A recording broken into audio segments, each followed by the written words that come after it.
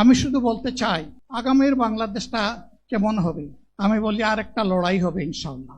একটা লড়াই হয়েছে ফ্যাসিবাদের বিরুদ্ধে, আরেকটা লড়াই হবে দুর্নীতির বিরুদ্ধে ইনশাআল্লাহ।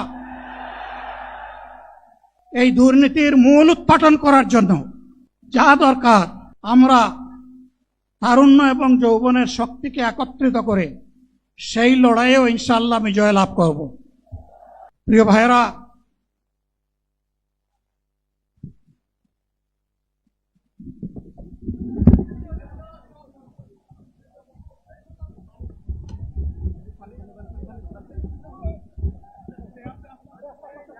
আপনারা অবস্থান করুন যার যার জায়গায়।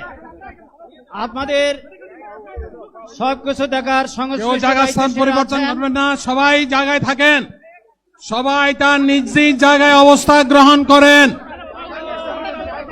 সবাই তার নিজ নিজ জায়গায় অবস্থান গ্রহণ করেন।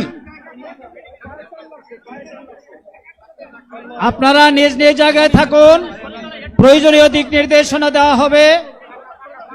আপনাদের উত্তেজিত উদ্বেলিত হওয়ার কোনো কারণ নেই। মহান রাব্বুল আলামিনের একান্ত মেহেরবানিতে আমাদের প্রোগ্রাম আলহামদুলিল্লাহ, শুকরান, আলহামদুলিল্লাহ কাসিরান। সম্মানিত ভাইয়েরা, আপনারা সম্মানিত ভাইয়েরা, আল্লাহ রাব্বুল আলামিনের রসের মেহমানিতে এই গরমের সদরে মাহফিল মুহতারাম আমিরে জামাত অচিরেই সুস্থ হয়ে যাবেন ইনশাআল্লাহ। আমি আল্লাহ তাআলার শুকরিয়া আদায় করি, আল্লাহ তাআলার শুকরিয়া আদায় করি আবার আপনাদের সামনে দাঁড়াতে পেরেছি। আমি বলেছিলাম দুর্নীতিমুক্ত বাংলাদেশ ইনশাআল্লাহ সবাইকে নিয়ে আমরা গড়ব। আমরা কথা দিচ্ছি বাংলাদেশ জামাত ইসলামী যদি আল্লাহ তাআলার মেহেরবানি এবং সরকার জনগণের ভালোবাসা নিয়ে সরকার গঠন করে, তাহলে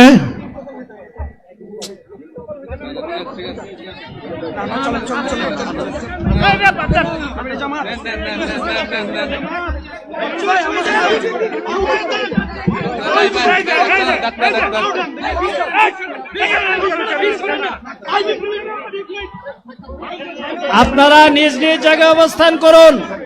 আমাদের স্বেচ্ছাসেবকগণ আছেন, সংশ্লিষ্ট বিভাগের দায়িত্বশীলরা আছেন, তারা প্রয়োজনীয় ব্যবস্থা নেবেন। কারো মাইকের সামনে আসার দরকার নেই।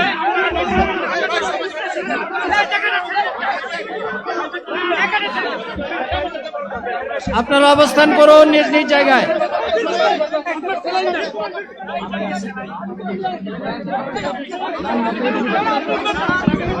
সবাই মেহেরবানি করে শান্ত হয়ে বসুন, শান্ত হয়ে বসুন, শান্ত হয়ে বসুন।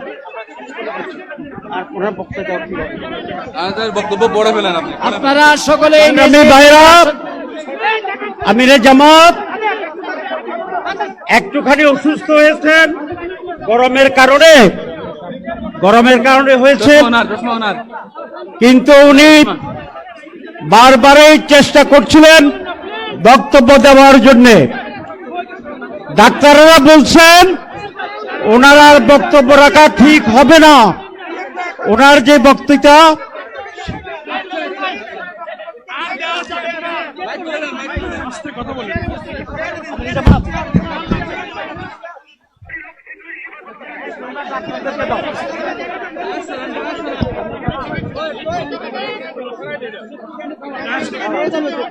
আপনারা নিজ নিজ আসনে উপবেশন করুন। সংগঠনের দায়িত্বশীলগণ প্রয়োজনীয় দিক নির্দেশনা দিবেন। আপনাদেরকে নিজ নিজ জায়গায় অবস্থান করার জন্য অনুরোধ করা হচ্ছে। দেন না এখানে আপনাদের এই ড্রোনগুলো আলহামদুলিল্লাহ, আলহামদুলিল্লাহ। আরে আল্লাহ যত সময় হায়াত দিয়েছেন, আল্লাহ যত সময় হায়াত দিয়েছেন তত সময় মানুষের জন্য লড়াই করব ইনশাআল্লাহ। এ লড়াই বন্ধ হবে না। বাংলার মানুষের মুক্তি অর্জন হওয়া পর্যন্ত আমাদের লড়াই অব্যাহত থাকবে।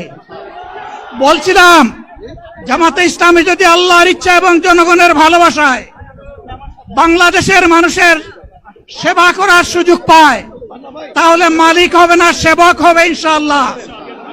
আজ আমি ঘোষণা দিচ্ছি, লক্ষ জনতাকে সাথে নিয়ে বাংলাদেশ জামাতে ইসলামী থেকে যারা আগামীতে সংসদ সদস্য হিসাবে নির্বাচিত হবেন, আরে আপনারা কথা বন্ধ করেন, আপনারা কথা বন্ধ করেন, সবাই বসে পড়েন, সবাই বসেন, বসেন, কেউ দাঁড়াবেন না, সবাই বসেন। যদি আল্লাহর ইচ্ছায় জনগণের ভালোবাসায় বাংলাদেশ জামাতে ইসলামী থেকে সংসদ সদস্যরা নির্বাচিত হয়ে সরকার গঠন করেন, তাহলে কোন এমপি, কোন মন্ত্রী আগামীতে সরকার কিন্তু প্লট গ্রহণ করবে না। কোন এমপি এবং কোন মন্ত্রী ট্যাক্সবিহীন কোন গাড়ি চড়বে না। কোন এমপি এবং কোন মন্ত্রী তার নিজের হাতে কোনো টাকা চালাচালি করবে না। কোন এমপি এবং কোন মন্ত্রী যদি তার নির্দিষ্ট কোনো কাজের জন্য বরাদ্দ পেয়ে থাকেন, কাজ শেষ হওয়ার সাথে সাথে বাংলাদেশের 18 কোটি মানুষের কাছে তারা তার প্রতিবেদন তুলে ধরতে বাধ্য হবে। সম্মানিত বন্ধুগণ, চাঁদা আমরা নিব না, দুর্নীতি আমরা করব না, চাঁদা আমরা নিতে দেব না, দুর্নীতি আমরা সহ্য করব না। এই বাংলাদেশটাই আমরা দেখতে চাই। যুবকদেরকে আমরা স্পষ্ট ভাষায় বলতে চাই, বন্ধুগণ, তোমাদের সাথে আমরা আছি। আমি আজকে জামাতের আমির হিসাবে এখানে কথা বলতে আসিনি। আমি এসেছি বাংলাদেশের 18 কোটি মানুষের একজন হয়ে কথা বলতে। আমি শিশুদের বন্ধু, আমি যুবকদের ভাই, আমি বয়স্কদের সহযোদ্ধা, আমার বোনদের আমি ভাই।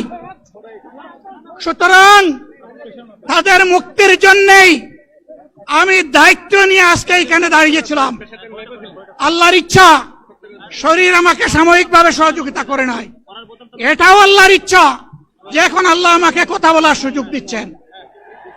আমি বলতে চাই, বাংলাদেশের নির্দিষ্ট কোন শ্রেণীর মুক্তির জন্য আমাদের এই লড়াই নয়। রাস্তার একজন পরিচ্ছন্নতা কর্মী, চা বাগানের একজন শ্রমিক,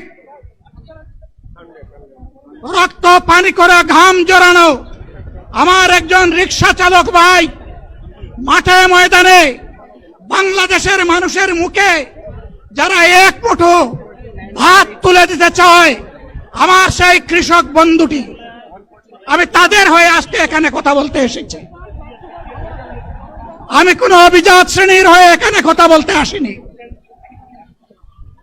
আল্লাহ তাআলার অশেষ মেহেরবানি, আজীবন সকল রক্ত চক্ষুকে উপেক্ষা করেছি, জেল জুলুমের পরোয়া করি নাই।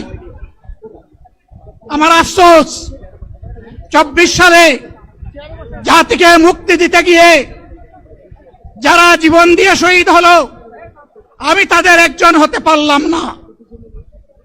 আপনাদের কাছে দোয়া চাই, ইনসাফের ভিত্তিতে একটি দেশ গড়ে তোলার জন্য আগামীতে যে লড়াই হবে, আমার আল্লাহ যেন সেই লড়াইয়ে আমাকে একজন শহীদ হিসাবে কবুল করেন। সম্মানিত বন্ধুগণ, আমাদের প্রিয় শহীদ নেতৃবৃন্দ 2006 সালের 28 অক্টোবর থেকে শুরু করে পল্টন গণহত্যা, শাপলা গণহত্যা, সারা দেশের গণহত্যা, পিলখানার গণহত্যা, 24-এর গণহত্যা, এই গণহত্যা যারা করেছে তাদের সকলের বিচার বাংলাদেশের মাটিতে নিশ্চিত করতে হবে। এদের বিচারের দৃশ্যমান প্রক্রিয়া শুরু না করা পর্যন্ত পুরানা ব্যবস্থাপত্রে বাংলাদেশ আর চলবে না। এতগুলা মানুষ এমনি এমনি জীবন দেয় নাই, জীবন দিয়েছে জাতির মুক্তির জন্য। যদি বস্তাপোতা পুরানা সবকিছুই টিকে থাকবে, তাহলে কেন তারা জীবন দিয়েছিল? যারা ওই বস্তাপচা ব্যবস্থাপনায় বাংলাদেশকে আবার গড়তে চান, তাদেরকে আমরা বলি, জুলাই যুদ্ধ করে যারা জীবন দিয়েছে আগে তাদের জীবনটা ফেরত এনে দেন। যদি শক্তি থাকে ফেরত এনে দেন। আপনারা পারবেন না, যেহেতু পারবেন না, কাজেই নতুন ব্যবস্থায় নতুন বাংলাদেশ গড়ে তোলা হবে ইনশাআল্লাহ। শিশু, কিশোর, যুবক, মা, বোন, শ্রমিক, ছাত্র, জনতা, ব্যবসায়ী সবাইকে যেই দেশ, যেই সংবিধান, যেই রাষ্ট্র নিরাপত্তা দিতে পারবে সেই নতুন বাংলাদেশ আমরা গড়ে তুলতে চাই। ভাইয়েরা, আমাকে সবাই চাপ দিচ্ছে, কেউ বলে ভাই শেষ করেন, কেউ বলে চাচা শেষ করেন। আমি তাদেরকে নিশ্চয়তা দিয়ে বলছি, আমার মৌত আমার আল্লাহ নির্ধারিত সময় থেকে 1 সেকেন্ড আগে হবে না, এবং হায়াত যা দিয়েছেন তার 1 সেকেন্ড আগেও আমি যাব না। অতএব মহান আল্লাহর কাছে আবারও তৌফিক চাই। আপনাদের কাছে যে কষ্ট হয়েছে, আপনারা, আমি তো এখানে শান্তিতে বসাচ্ছিলাম আর চতুর্দিকে শুধু দৃষ্টি বুলাচ্ছিলাম, কি কষ্ট হচ্ছে আমার ভাইদের। প্রিয় ভাইরা, এই কষ্ট আল্লাহর জন্য। এই কষ্ট কার জন্য? ইনশাআল্লাহ আল্লাহ তাআলা আপনাদেরকে তার উপযুক্ত যা দুনিয়ায় দিবেন, আখিরাতে দিবেন। আপনাদের এই ত্যাগের বিনিময়ে নতুন বাংলাদেশ আমরা পেয়ে যাব। আসুন সেই নতুন বাংলাদেশের জন্য একবার স্লোগান দিয়ে শেষ করি, নারায়ে তাকবীর। আসসালামু আলাইকুম ওয়া রাহমাতুল্লাহ।